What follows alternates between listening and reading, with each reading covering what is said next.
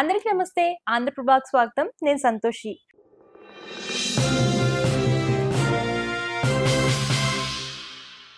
ప్రస్తుతం మనతో ప్రొడ్యూసర్ నటికుమార్ గారు ఉన్నారు. నమస్తే సార్. నమస్తే. సార్, అంటే ఇప్పుడు ఫిష్ వెంకట్ మరణించిన తర్వాత చాలా వార్తలైతే వస్తున్నాయి. అంటే సినిమా ఇండస్ట్రీ ఫిష్ వెంకట్ని మోసం చేసిందని, ఎటువంటి సహాయం చేయలేదని చెప్పేసి ఈ వార్తలైతే బాగా వినిపిస్తున్నాయి. సో ఇందులో నిజం ఎంత ఉంది సార్? నేను ఒక్క మాట అడుగుతాను. ఎవరో సహాయం చేస్తారు, ఎవరో వస్తారు, ఎవరో చూస్తారు అని మనం ఎదురు చూడదు. ఆయన పిస్ వెంకట్ గారి ఫ్యామిలీకి నా నా ప్రగాఢ సానుభూతి తెలియజేస్తున్నా, సంతాపం తెలియజేస్తున్నా. మంచి ఆర్టిస్టు, మంచి డెవలప్ అయిన ఆర్టిస్టు, టైం ఉన్న ఆర్టిస్టు. నా సినిమాలో కూడా 4 సినిమాల్లో యాక్ట్ చేశాడు. అలాగే శ్రీహరి గారితో నేను 4 సినిమాలు చేసి శ్రీహరి గారితో చేశాడు. మాతో మంచిగా ఉండేవాడు. అయితే వ్యక్తిగతంగా ఎవరు ఉన్నా ఇక్కడ రిలేషన్స్ బట్టే వస్తారు, పరిచయాలు బట్టే వస్తారు. ఎక్కడ ఇప్పుడు మన పరిచయాలు వాళ్ళు లేదనుకోండమ్మా, పరిచయాలు లేకపోతే ఎవరు వస్తారు చెప్పండి? ఇప్పుడు పరిచయాలు కూడా కావాలి కదా. ఇంకోటి అంటే సినిమా ఫీల్డ్ అంటే ఫిలిం నగరు, జూబ్లీ హిల్స్, వెంకటగిరి, కృష్ణానగరు, మణికొండ అలాగైపోయింది. ఇక బయట వాళ్ళు అక్కడికి రావాలి అంటే బాగా రెగ్యులర్ గా పరిచయం ఉన్నారు. ఇప్పుడు గబ్బర్ సింగ్ బ్యాచ్ తో ఆయన పరిచయం ఉంది. ఆయన అందరూ కూడా వాళ్ళతో వచ్చారు. ఇప్పుడు తక్కువ వాళ్ళది ఎవరైనా పరిచయం ఉన్నారని ఆయన మా అసోసియేషన్ మెంబర్ కూడా తీసుకోలేదు. మా అసోసియేషన్ మెంబర్ అవ్వాలి, అవుంటే నా టీం వచ్చేది. ఆ టీం తరపు నుంచి ఏమైనా వస్తే ఎవరెవరు రావాలి ఏంటి అనేది ఒకసారి చేసేది. ఇప్పుడు నేనేమంటానంటే సినిమా ఫీల్డ్లో మనం యాక్టివ్లో లైవ్లో ఉన్నంత దాకా అందరూ పలకరిస్తారు, అందరూ వస్తారు. షూటింగ్ అయిపోయిన తర్వాత నువ్వు మేకప్ తీసిన తర్వాత నువ్వెవరో నేను 10 రోజుల తర్వాత ఇప్పుడు నేను నీతో మాట్లాడుతున్నాను. 10 రోజుల తర్వాత బయటకు వచ్చిన తర్వాత నేను నిన్ను గుర్తుపట్టకపోవచ్చు, నన్ను గుర్తుపట్టకపోవచ్చు. అది సినిమా ఇండస్ట్రీ. సినిమా ఇండస్ట్రీలో అందరినీ గుర్తుపట్టాలి. సినిమా యాక్టింగ్ అయిపోయింది కదా సార్, నన్ను గుర్తుపెట్టారా? నేను మీ వెనకాల కూర్చున్నాను కదా, మీ వెనకాల 5వ వ్యక్తిని జూనియర్ ఆర్టిస్ట్ గా చేసాను, గుర్తుపెట్టారా అని అంటే అంటే ఆయన చాలా ఆయన మా సినిమాల నుంచి వచ్చాడు. ఆయన ఆ తర్వాత 40,000 50,000 ఆర్టిస్ట్ అయ్యాడు. అంటే ఇవన్నీ నేను ఎందుకు అడుగుతానంటే 10 రోజుల తర్వాత ఏ ఆర్టిస్ట్ కూడా గుర్తుపెట్టుకునే పరిస్థితి ఉంటుంది, ఎందుకంటే ఎన్నో సినిమాలు చేస్తుంటారు. అయితే ఈయన ఆల్రెడీ అందరితో సినిమాలు తీసాడు, అందరితో పరిచయం. రిలేషన్షిప్ లేదు, పరిచయం వేరు, రిలేషన్షిప్ వేరు. పరిచయం అంటే 1-2 సార్లు షూటింగ్లో. రిలేషన్షిప్ అంటే మన అందరూ టోటల్గా అందరూ గ్రూపుల్లో మొత్తం కలవడం, గ్రూపుల్లో మాట్లాడుకోవడం, గ్రూపుల్లో రెగ్యులర్ గా యాక్టివ్ గా ఉండడం, గెట్ టుగెదర్ మీటింగ్లకు వెళ్ళడం, మనం మొత్తం టోటల్ మా అసోసియేషన్ మీటింగ్లకు వెళ్ళడం, ఇవన్నీ. ఇప్పుడు నేను ఇన్ని సినిమాలు తీశాను, నన్ను గుర్తుపడతారో లేదో తెలియదు.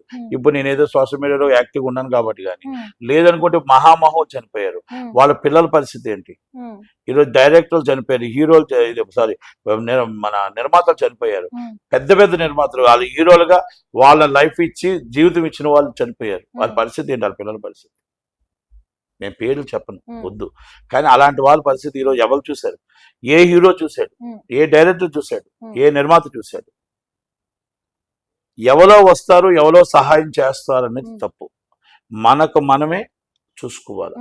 ఎవరో వస్తారు పెడతారు అనేది ఇప్పుడు నేను పిస్ వెంకట్ ఫ్యామిలీకి చెప్పట్లే, రేపు వచ్చే ఫ్యూచర్ కూడా చెప్తున్నాను అందరికీ కూడా. ఆశించొద్దు, మనం ఇస్తారు అని ఆశించొద్దు. ఎవరైనా సహాయం చేస్తే థ్యాంక్స్ అంతే, దానికి తప్ప మనం ఎందుకు డిమాండ్ చేసే రైట్ మనకు లేదు కదా. రాలేదు అంటే ఎవరు బిజీ వాళ్ళకు ఉంటారు. ఒకవేళ ఫోన్లు మరి మన మెసేజ్ ఫోన్ రూపంగా వెళ్ళిందా, లేకపోతే వెళ్ళలేదా, లేకపోతే ఇల్లు దూరం అని రాలేదు, ఇవన్నీ కూడా ఉంటాయి. కానీ అందుకే వాళ్ళ ఫ్యామిలీకి కూడా మీరు బాధపడొద్దమ్మా. ఎందుకంటే వచ్చిన వాళ్ళు వచ్చారు, మీద ఆప్యోలు వచ్చారు, అందరూ వచ్చారు. మీకు రాలేదంటే పిస్ వెంకట్ మామూలుగా 1000 మంది జనం, 1000 మంది జనంతో ఊరేగింపుగా చక్కగా వెళ్ళాడు. కనుక హ్యాపీగా బాధపడకండి. ఎవరో వస్తారు, ఎవరో దానం చేస్తారు అనుకోవద్దు. వచ్చిన వాళ్ళు కొంతమంది అయితే మీకు ఇచ్చారని బయట తెలుస్తుంది, ఎంత నిజమో ఎంత అవ్వదు మాకైతే తెలియదు. కనుక ఇచ్చిన వాళ్ళు ఆనందించండి. ఎవరొనరికి మనం ఏం మాట్లాడలేము. దయచేసి అన్ని వస్తాయని ఆశించదు. ఇవిలే కాదు, ఇన్ ఫ్యూచర్ కూడా రేపు ఎవరు వచ్చి మనకు సహాయం చేస్తారు. రేపు ఉదయం మనం ఏమైనా అయితే రేపు వచ్చి మాకు అసోసియేషన్ సహాయం చేస్తుంది, లేకపోతే మొత్తం టోటల్ ఇండస్ట్రీ వస్తుందని తప్పు. రాదు. మనిషి ఉంటేనే బలం, మనిషి లేకపోతే బలం లేదు. ఇంటి పెద్దది ఉంటేనే అది విలువ, ఇంటి పెద్దకి లేకపోతే మనం లేదు. అందుకే మనం ముందు దీపం ఉన్నప్పుడు ఇల్లు చక్క పెట్టుకోవాలి, మనం ఉన్నప్పుడే మనం అన్ని చేసుకోవాలి. అంతే తప్ప ఎదుటి వాళ్ళు ఎవరో సహాయం చేస్తారు, వాళ్ళ సహాయం మనం ఎదురు చూస్తాం అనేది తప్పు. అందుకే నేను చెప్తా, డబ్బు ఉండేవాడంట వాళ్ళు ఎందుకు ఎవరు బెంచ్ కార్లు ఉన్నాయి, వాళ్ళకి ఎందుకు ఎవరు మొత్తం టోటల్గా ఇవి ఉన్నాయి, వాళ్ళకి మొత్తం టోటల్గా బోల్డ్ ఆస్తుల పెద్ద వాళ్ళ కష్టాలు వాళ్ళకు ఉండొచ్చు. డబ్బు ఉన్న వాడికి డబ్బు మీదే ప్రేమ ఉంటుంది. పేదవాడికి ప్రాణం మీద ప్రేమ ఉంటుంది. ఉమ్. పక్కవాడి ప్రాణాన్ని కాపాడాలి.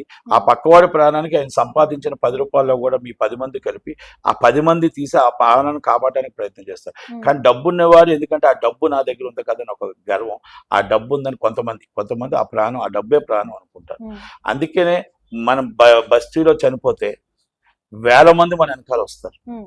వేల మంది మన వెనకాల వస్తారు. అందుకనే సరే పేదవాడికి ప్రాణం మీద గొప్ప ప్రాణం అంటే ఇది ఉంటుంది. ఉమ్. అలాగే గొప్పవాడికి డబ్బు అంటే ప్రాణం. కనుక ఇవన్నీ కూడా మనం ఆలోచించుకోవాలి. ఉమ్. మనం అందుకే ఉన్నప్పుడే అన్ని సర్దుకోవాలి తప్ప ఎక్కడా కూడా ఏది కూడా ఉమ్. ఎదుటి వాళ్ళు ఇస్తారు అని ఆశించకూడదు. ఎవరో వస్తారు అనేది ఉండకూడదు. ఇలాంటి వాళ్ళని నేను పిష్ వెంకట్ గారు కాదు, ఉమ్. అందరికీ చెప్తున్నాను ఈ మాట. ఎదుటివాడు ఇస్తాడని ఆశించకూడదని నా ఉద్దేశం తప్ప ఉమ్. ఇంకోటి ఏం కాదు.